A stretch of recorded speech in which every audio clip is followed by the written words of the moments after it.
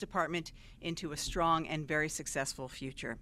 Today is only his third day officially on the job, and we are absolutely pleased to have him. So please welcome Phoenix Police Chief Matt Giordano. Good afternoon. It's nice seeing a lot of friendly faces out there.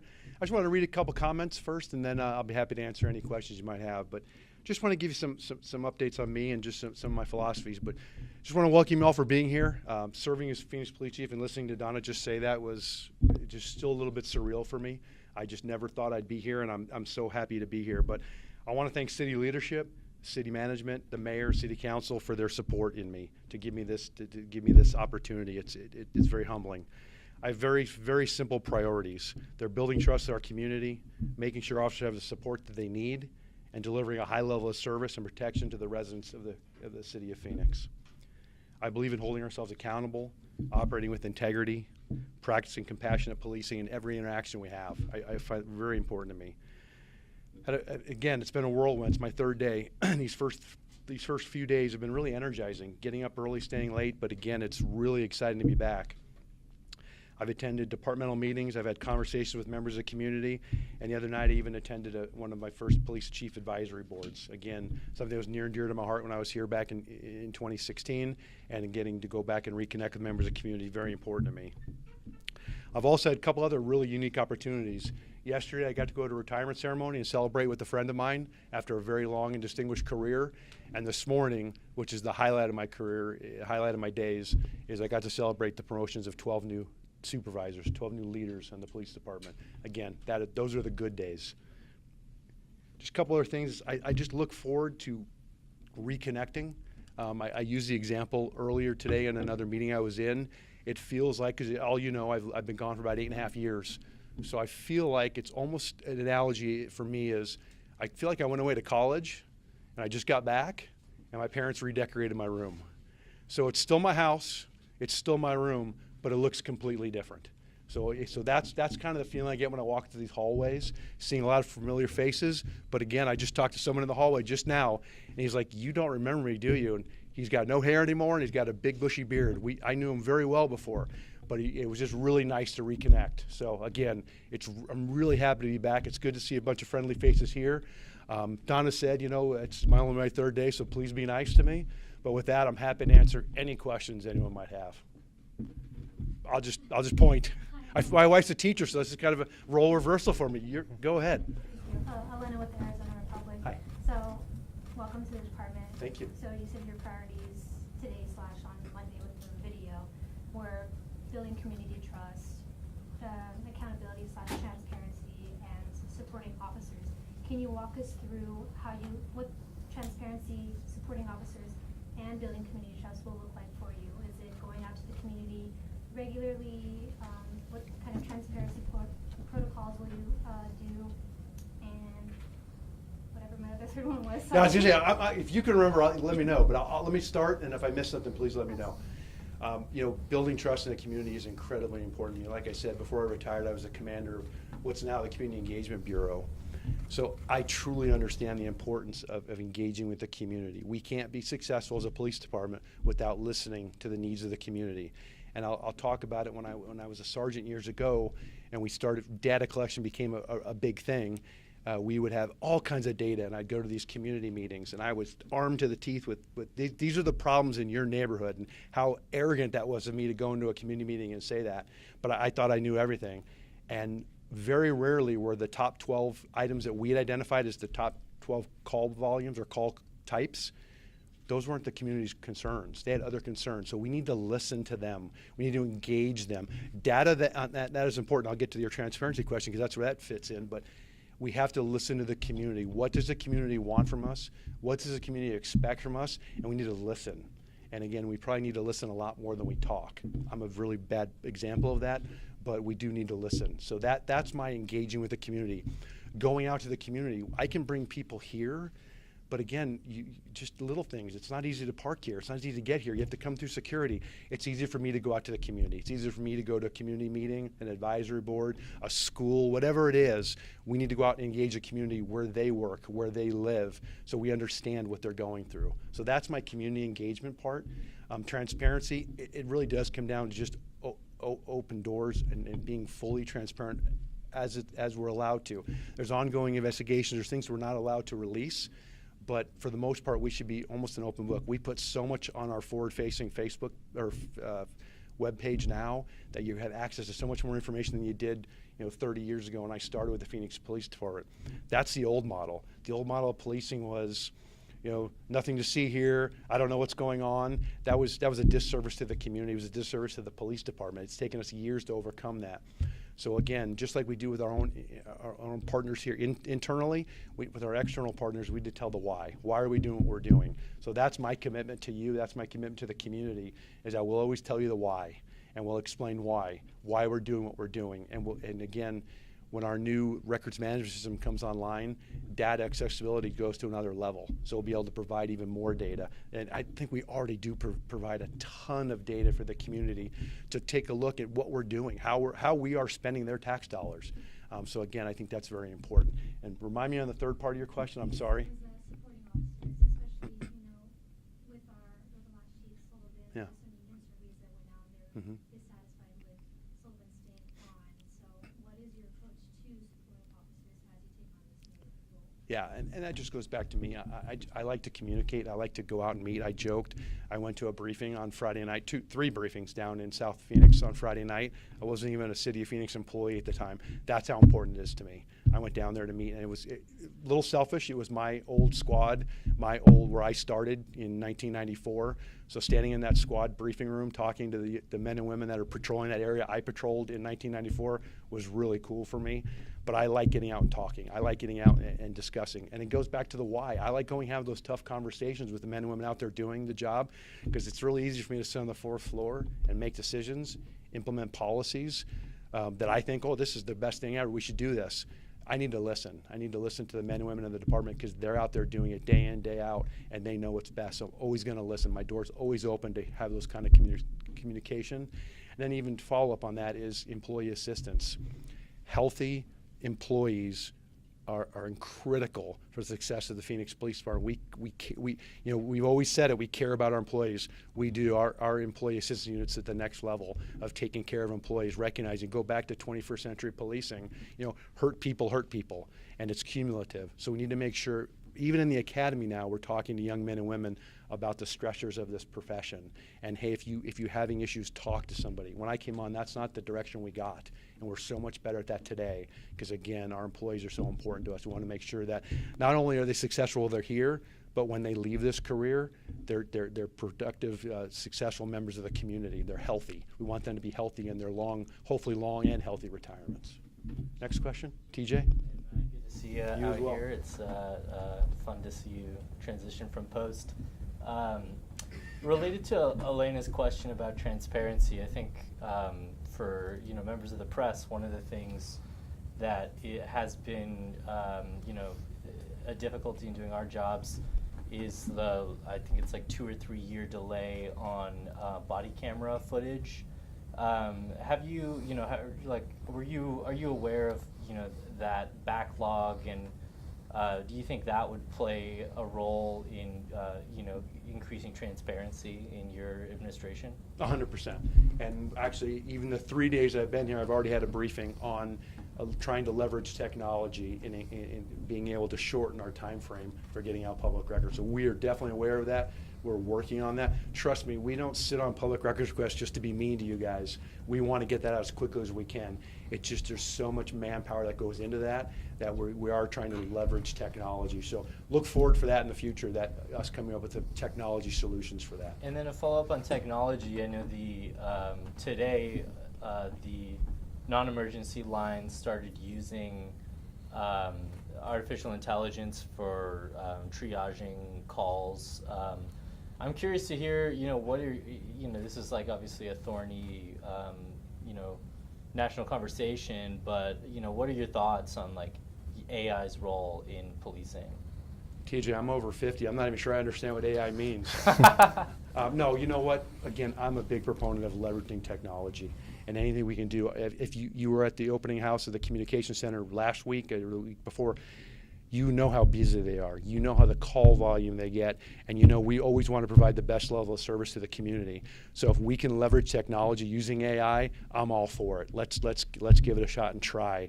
And again, from what I've heard so far, it's very successful. So we'll keep tweaking that, but we'll always look to engage and leverage technology. Oh, TJ, that's two question limit. Let's get some. I'll come back to you. Question for you.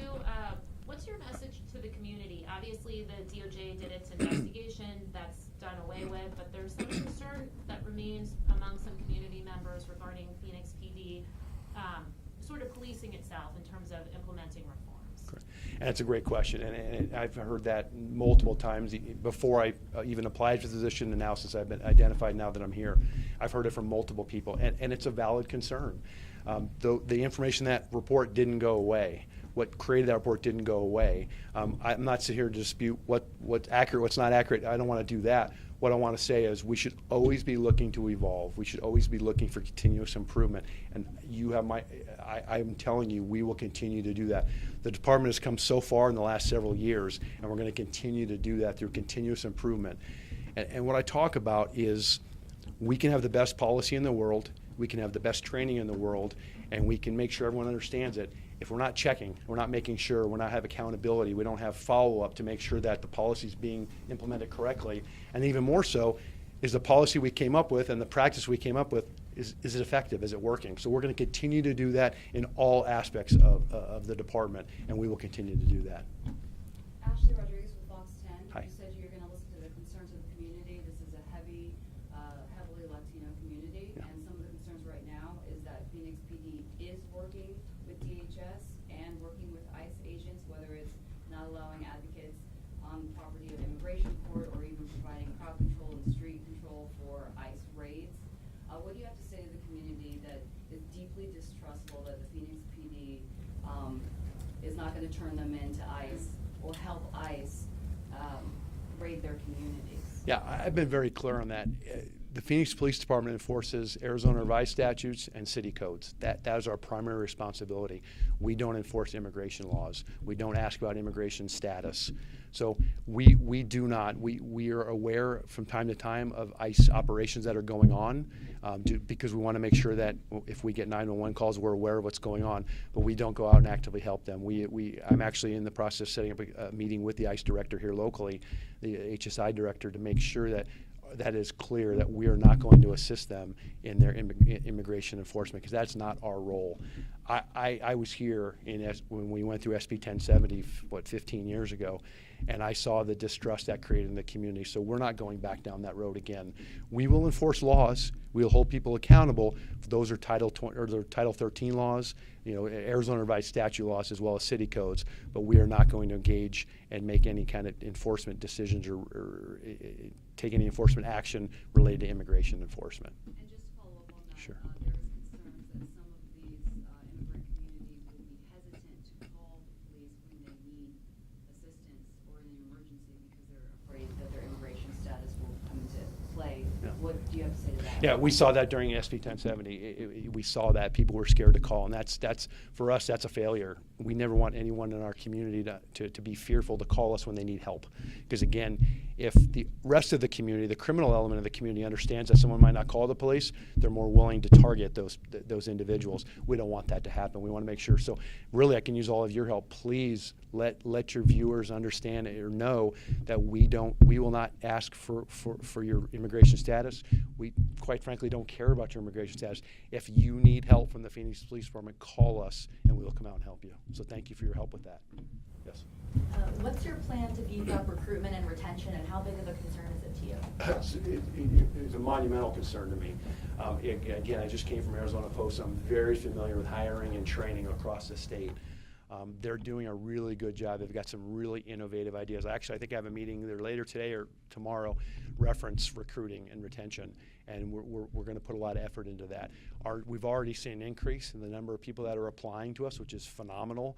From the state level, we're probably 250 to 300 people through the academy statewide that we were last year. So that tells me we're seeing an increase of young men and women, or any man or woman that wants to become a police officer. We're seeing them apply. So we're really following that closely. But then we're also looking at retention. And we want to make sure that the men and women that we have here, because I think they're the best in the state, best in the country, want to make sure they stay here. And again, I'm supportive, and I did it. I retired once, but I'm supportive of retirement. But I want to make sure we keep people as long as they want to be here. And that goes back to your question about the question about employee health and wellness. If someone feels valued, if someone feels heard, and they're healthy and they love their job, they're going to stay longer, and then they're going to be more productive members. So we're looking at all holistically to make sure we want to identify the right people, we train them professionally and correctly, and we keep them long term and keep them healthy. So, sorry, Ford. Yeah, and really it's just really a follow-up on that and the retention, because there is a large chunk of folks that are coming up for retirement. What's your message to them? How do you convince them to stay? Because you said you retired, right? It's a pretty appealing path. Yep, I was unique. Paul Penzone offered me a really good opportunity at the sheriff's office because I wasn't ready to leave. I wasn't even thinking about leaving. For these older people in the room who were in drop, they'll understand what this means, but I didn't do a day of drop because Paul offered me such a great opportunity. But you're right, we need to connect. And I'm hoping, again, getting out, sharing my message, my vision for this police department will get people to stay longer.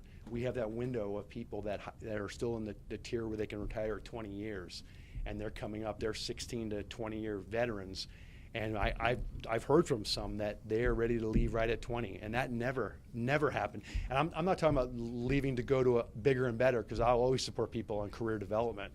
But what we're seeing, people is going, I'm just moving to Tennessee, or I'm leaving. I'm buying land now. So we need to re-engage those members of our department, because again, when you have someone walk out the door at 20 years, that is so much experience and knowledge walking out the door that it takes the next person 20 years to catch up. So I'm going to really try hard. And for me, that's going out to briefings, going out to different bureaus and precincts to talk to people, re-engage them, let them know that we're listening, we care, and we want them to stay. So that's my message to the men and women in the department. And I know you touched on this a little bit earlier, but there was some, from the rank and file officers, some distrust with Chief Sullivan at the time. You've talked about building on what Chief Sullivan had done. What's the biggest difference between your leadership and Chief Sullivan's style? Mike's a good man. I know him really well, but we spend a lot of time in meetings together. We just have different personalities. I was telling someone the other day on Monday when I got here, and the analogy I gave you earlier, it's odd. It's odd coming back here, and I know a lot of people, and I know where all the precincts are. I know where everything is. I cannot imagine coming to this department, as big as the department is, as big as the city is, and not knowing anything about it. And that's what Mike did. Mike came from another state. So not only do you have to learn the geography, you have to learn the community, you have to learn the officers. That's a lot of work. That's a heavy lift on top of all the other responsibilities you have. I have all that already. I know, like I said, I run to people every day that I've spent 20 years with working. So I have a leg up. I've really, it's not an unfair advantage, but it's an advantage over what Mike had.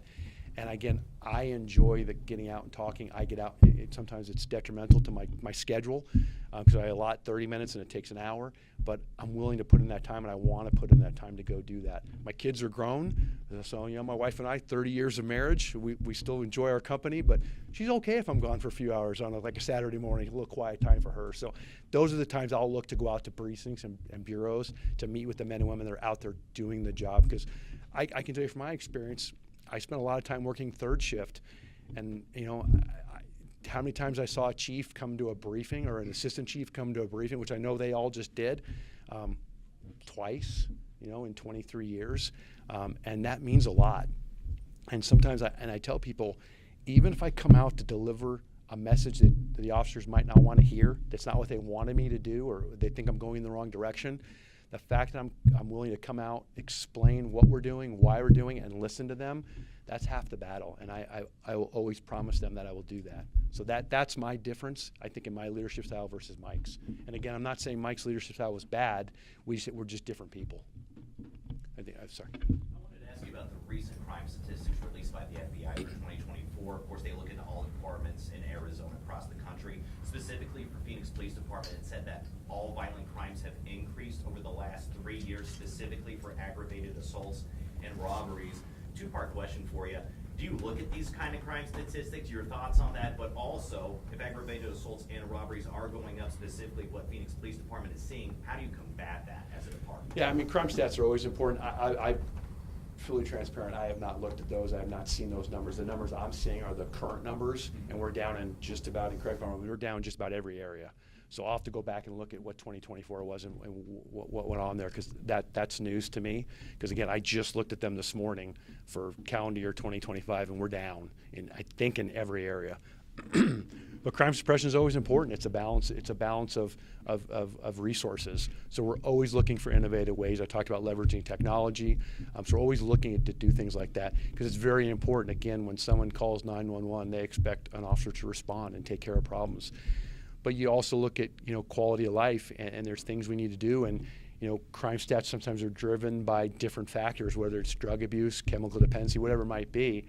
We need to work with the rest of our city partners, and we do a really good job of that, is leveraging resources. So we'll continue to do that. Unfortunately, there are some crimes where we need to take enforcement action and put people in jail and have them be held accountable, and that's what the community expects from us.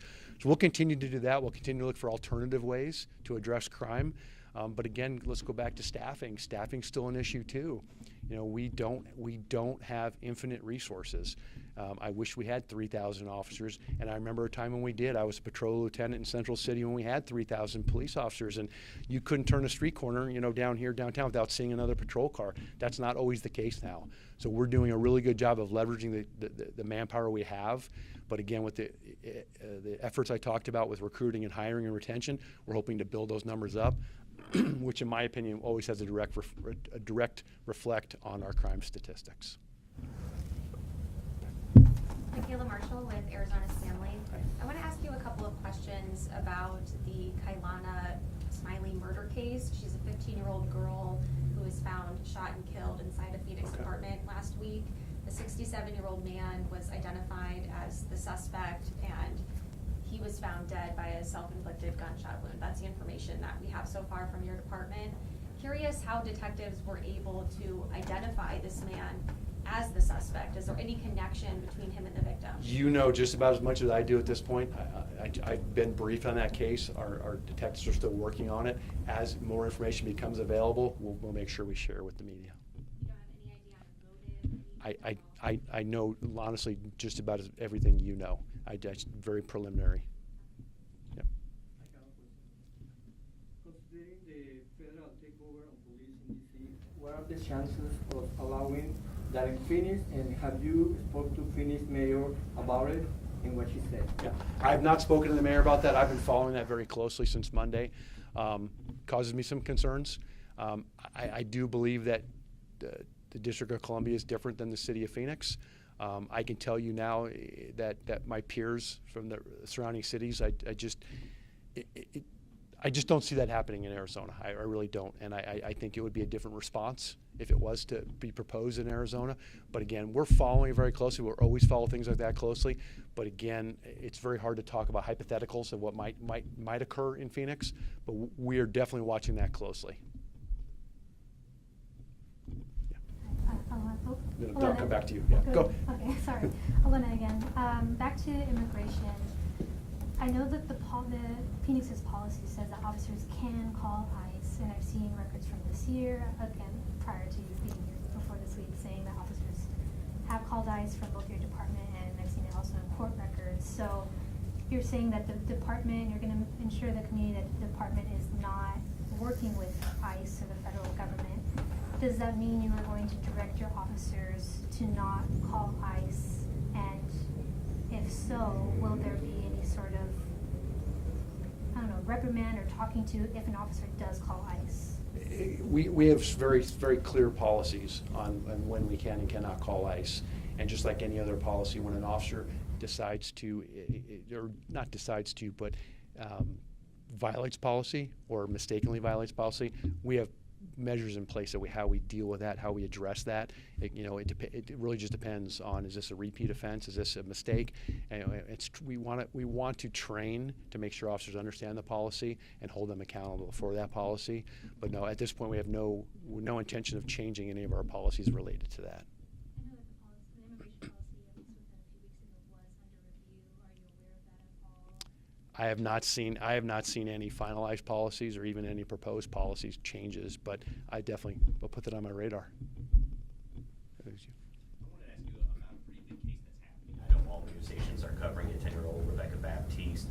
I would just want to ask you, have you started to review the case? Have you looked into previous contacts? I know that, I believe from our previous reporting, Phoenix PD did make calls to DCS, so I just wanted to ask, have you reviewed records, made any contacts with those involved with Rebecca Baptiste, and the most recent contact, just kind of your perspective? Yeah, again, it's kind of like the other case. I have a overall knowledge of the case. We always look at that. We always look at ways we could have done things differently, and look for any kind of mistakes we might have made. I'm not saying we did, but we always look at that. We're very reflective, because again, it just goes all back to our continuous improvement. We're always looking to be better. How can we better serve the community? So I don't have any specific answers for you on that, but trust that we do look back and look at how we did things in the past.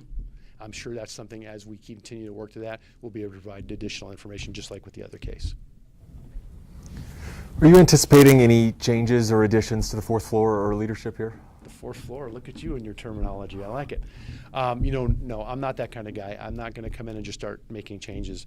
I will sit back. I will ask a ton of questions of some of the folks in the back, some of the men and women out in the streets doing the job day in, day out, and determine what our needs are. I don't build teams. I don't build fiefdoms. I do what's best for the community. I do what's best for the city, and I do what's best for the department. So if down the road I think I need to add, because I think we have some vacant positions, if I think we need to add positions or move people to the right seats, I'll do that. But as of right now, I have no intention of making any changes in the near future. Yes. Speaking of the Rebecca Baptiste case, there are some advocates who are saying right now, I understand by state law, that you have to alert police or DCS as mandatory reporters. Mm-hmm. There are some that are saying now that possibly, DCS and police should be required to be alerted. I'm just wondering if you think that police should play a bigger role in cases like this, or in handling reports of or allegations of abuse and neglect. Yeah, I worked a child out for a couple years as a child sex crime sergeant, so I'm very familiar with working with, back then CPS, but DCS.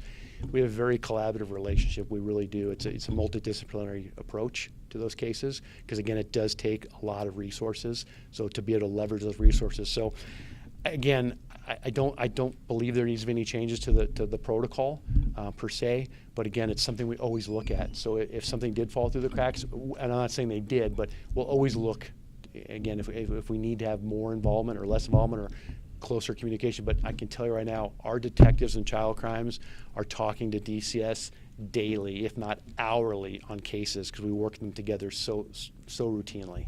We're coming on about 30 minutes, so 2 more questions, please. TJ? With your unique perspective of coming from Post, which is essentially the only body in the state that really disciplines officers or takes away certification, what was your perspective gained there from specifically with Phoenix Police about, one, what the department was doing really well, and things you saw that you wanted to improve coming in? Yeah. It's just communication between our department and Arizona Post, making sure we're communicating effectively. One of the big things is you have to notify Post when an officer's hired. You have to notify Post when an officer leaves. We just need to do better in the communication. It's a two-way street. But I've talked about this, and I was very guarded before, but now I can proudly talk about it. We got internal affairs investigations from every department in the state. 158, depending on the day, 159 or 158 agencies that hire police officers. I can tell you, hands down, Phoenix Police Department internal affairs investigations are the best in the state. They're the most thorough. They're the best written, and they're the clearest investigations out there in the state. So I'm very proud of what Phoenix Police Department does in that, and we'll just continue that that method. And again, it's not a discipline thing. It's making sure it's accountable. A lot of those investigations, the officers are exonerated, but we need to look into it. We need to make sure for the community, at the community's request, we're looking into allegations. And again, I think our PSP does a phenomenal job of doing thorough investigations. Again, it protects the community, and it also protects the men and women in the Phoenix Police Department. So that's probably what I'm most proud of from here. Follow up on that. Certainly. The Tyrone McAlpin case, which we discussed a little bit when you were at AZ Post.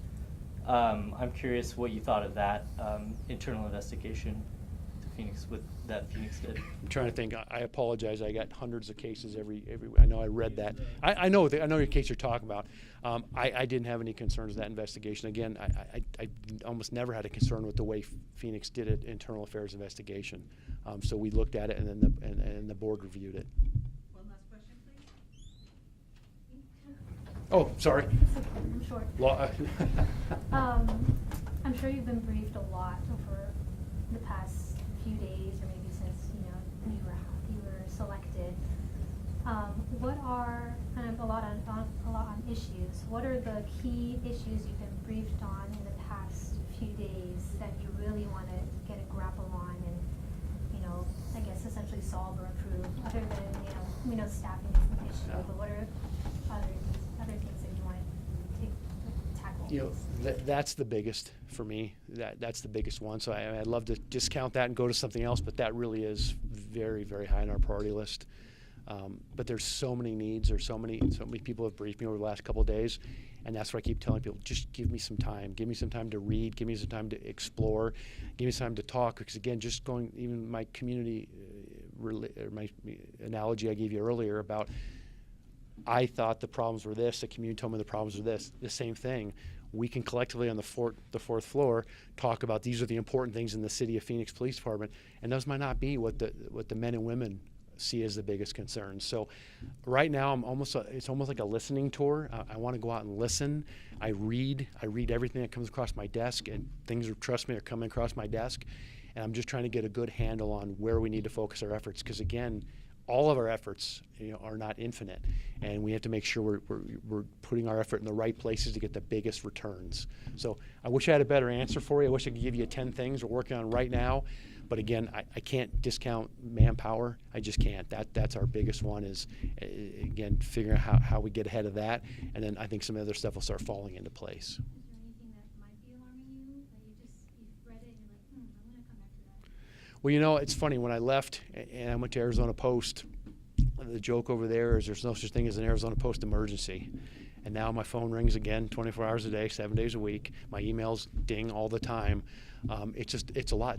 The city of Phoenix is a big city with a lot going on, and you have 2,600 men and women out there doing phenomenal work every day. And again, you almost feel, you don't almost feel, you do, you feel responsible for them. So knowing when I'm going to bed on a Saturday night that there's a couple hundred men and women out there, not with their families, out working, that concerns me. I'm worried for their safety. I'm worried, that something could happen to them. So again, that's for me one of the biggest concerns I have, just getting back into that frame of mind. But again, I'm honored to be here, proud to be here. I cannot wait for about 2 weeks when I get to raise my hand and put the uniform back on again, because I never thought I'd tell anyone again I'm a Phoenix police officer. And in 2 weeks, I got to do that again. So I'm really excited to be here. So I appreciate you all for coming. I hope I answered most of your questions, even your 2 or 3 part ones. I've tried to stay on task with, but thank you so much. And we will have additional information on your case and the case you talked about as well. Okay, thank you. Thank you, sir.